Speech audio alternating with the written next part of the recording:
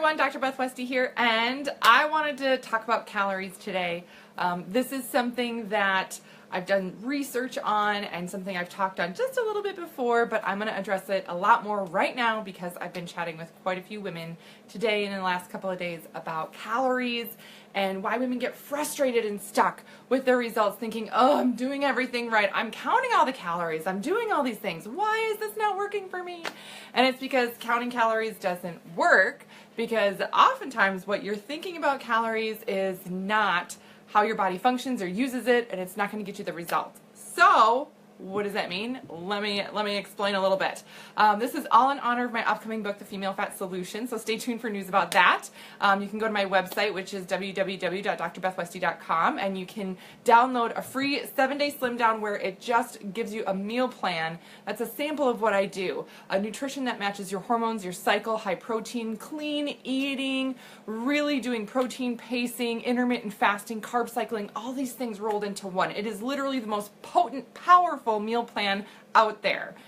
Whew. So when we talk about calories, and this is a trap that so many women get sucked into because there's so much information that, well, you need to lose weight, you need to eat less calories.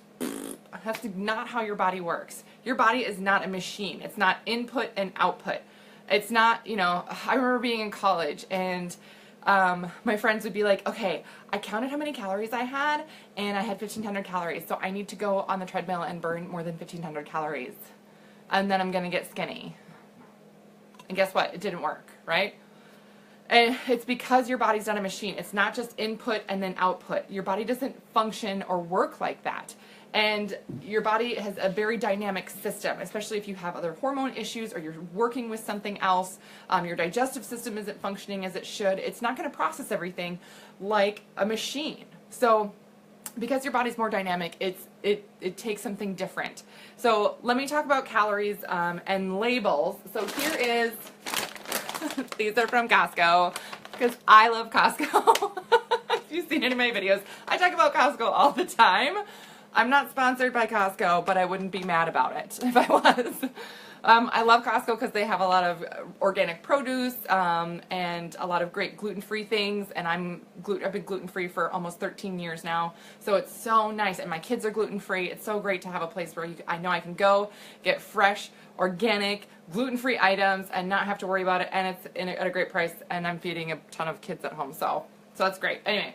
So when we talk about calories, so there's just some dry roasted almonds that I get at Costco. You can see I really love them because there's not that many left in the bag. But when you look at the label here, looking at the label, like serving size, it says a 1/4 cup. And then, there's lots of information here. So 170 calories, 15 grams of fat, 5 grams of carbs, 6 grams of protein.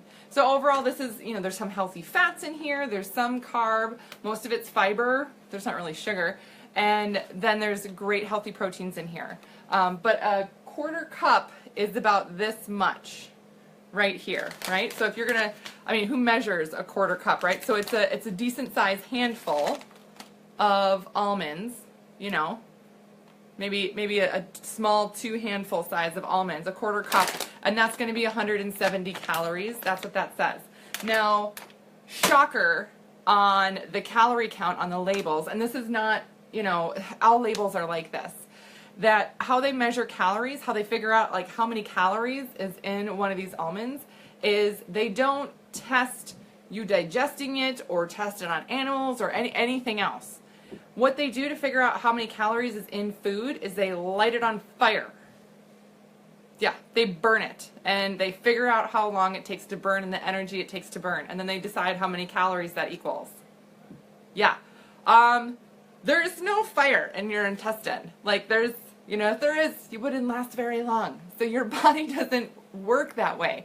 It's a system in a way for them to figure out how much energy is stored in food so that they can give it, so there's some equations and other things they can make up. So I get why they have this system, but people rely on the system of basically trying to count how long it takes this to burn when you light it on fire, and then versus what you're absorbing and digesting and your body's utilizing for food and for fuel and nutrient. Totally different things. So 170 calories here, And then the other really interesting thing, and there's been studies that have been released within the past few years, many studies, and they found that calorie amount on packages can be wrong anywhere from 5% up to 50% wrong. Oftentimes they found that calories, and one of them was, I chose almonds because one study specifically focused on almonds, that they said it recommended on the label either 160 or 170 calories per serving, and then they actually tested that quarter cup and did it again, they only found 120 calories per serving. That's a big difference. If you're trying to count calories and you're doing all these things and like everything you're counting all day long is off, oh, that's really frustrating. How are you going to get to these goals, or how are you going to get these results if what you're doing is not equaling the same result on the other end, right? So, calories, right? It's, you light things on fire and then you see how long it burns. That's right. So calories really, how much you're going to absorb really depends on your digestive system.